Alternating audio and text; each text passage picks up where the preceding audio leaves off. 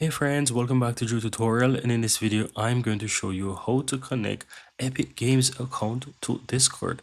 Now once you sign into Discord, go ahead and click this user settings here in the lower left hand side, and from here you want to go to connections on the left. Now go ahead and expand it by clicking this arrow here towards the right, and you will see many more options. Now in the list you want to look for Epic. This is logo of Epic Games. Click on it and you will need to actually sign into Epic Games.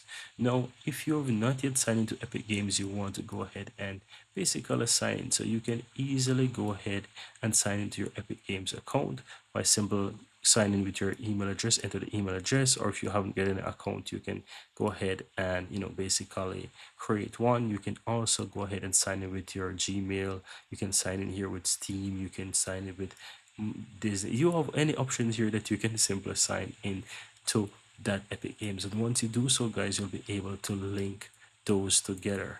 And that's all there is to it, guys. Once you sign in, it's gonna look just like this once it's connected, and you'll be able to find Epic Games showing up right here. And that's all there is to it.